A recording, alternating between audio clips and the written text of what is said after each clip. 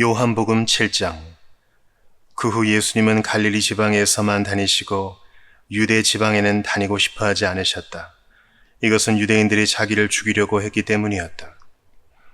마침 유대인들의 명절인 초막절이 가까워지자 예수님의 동생들이 예수님께 이렇게 말하였다. 여기를 떠나 유대로 가십시오. 그래서 형님이 하시는 일을 제자들도 보게 하십시오. 세상에 알려지기를 바라는 사람치고 자기가 하는 일을 숨기는 사람은 없습니다. 이왕 이런 일을 하실 바에는 형님 자신을 세상에 나타내십시오. 그들이 이렇게 말한 것은 예수님의 친형제인 그들도 예수님을 믿지 않았기 때문이다. 그래서 예수님이 그들에게 말씀하셨다. 내 때는 아직 오지 않았지만 너희 때는 언제든지 준비되어 있다. 세상이 너희는 미워할 수 없어도 나는 미워한다. 이것은 내가 세상의 일이 악하다고 증거하고 있기 때문이다. 너희는 어서 명절을 지키러 올라가거라. 나는 아직 때가 되지 않아서 지금 올라가지는 않겠다. 예수님은 이 말씀을 하시고 계속 갈릴리에 머물러 계셨다.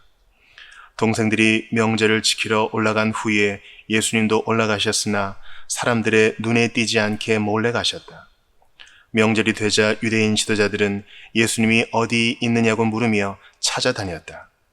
그리고 군중들 가운데서 숙덕거리는 소리가 많이 들렸다.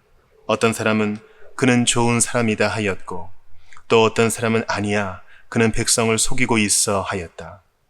그러나 유대인 지도자들을 두려워하여 아무도 예수님에 대해서 터놓고 말하는 사람이 없었다.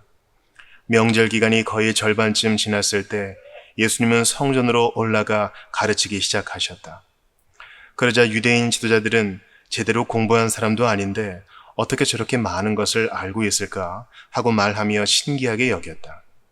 그때 예수님이 이렇게 말씀하셨다. 내 교훈은 내 것이 아니라 나를 보내신 분의 것이다. 누구든지 하나님의 뜻을 실천하고자 하면 내 교훈이 하나님에게서 온 것인지 내가 마음대로 말한 것인지 알게 될 것이다.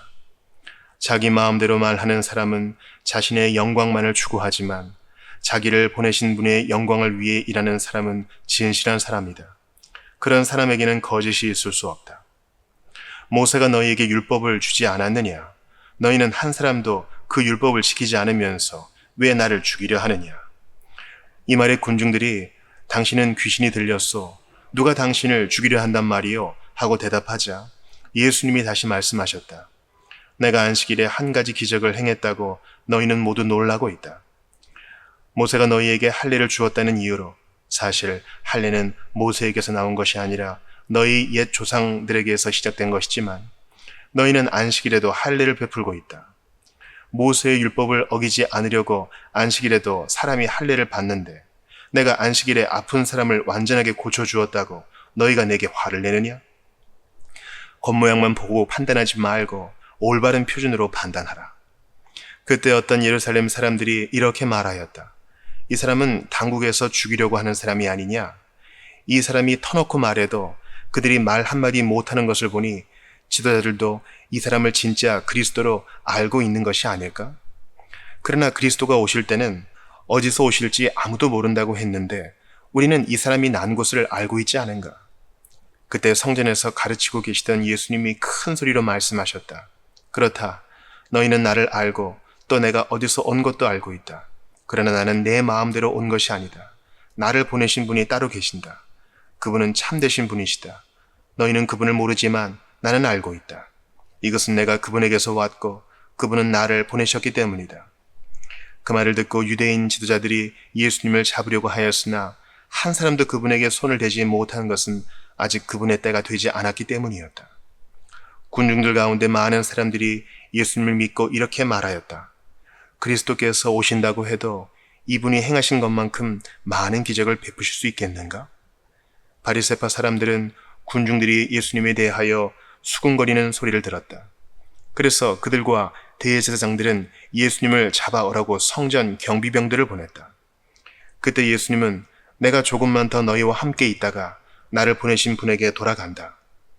너희는 나를 찾아도 만나지 못할 것이며 내가 있는 곳에도 오지 못할 것이다 하고 말씀하셨다.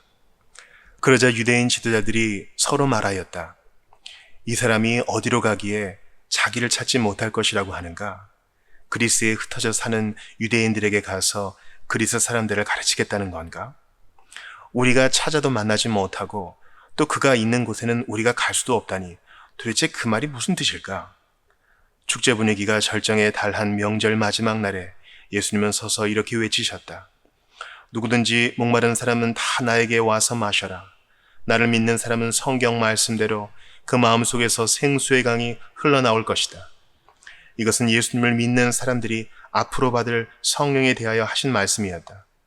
예수님이 아직 영광을 받으시지 않았기 때문에 성령께서 아직 사람들 가운데 계시지 않았다. 예수님이 이 말씀을 듣고 어떤 사람은 이분이야말로 오실 바로 그 예언자이다 하고 말하기도 하고, 또 이분은 그리스도이다 하고 말하는 사람도 있었으며, 또 어떤 사람은 그리스도가 어떻게 갈릴리에서 나올 수 있겠느냐, 성경에는 그리스도가 다윗의 후손 가운데서 다윗이 살던 베들레헴에서 나실 것이라고 되어 있지 않으냐 하고 말하기도 하였다. 이와 같이 사람들은 예수님에 대해서 서로 의견이 엇갈렸다. 그들 가운데는 예수님을 잡아가고 싶어하는 사람도 있었으나 예수님께 손을 대는 사람은 아무도 없었다. 성전 경비병들이 그냥 돌아오자 대제사장들과 바리새파 사람들이 왜 그를 잡아오지 않았느냐 하고 물었다. 그래서 그들은 지금까지 이 사람처럼 말하는 사람은 없었습니다 하고 대답하였다. 그러자 바리새파 사람들이 말하였다. 너희도 꼬임에 빠졌느냐? 유대 당국자들과 바리새파 사람 중에 그를 믿는 사람이 있었느냐?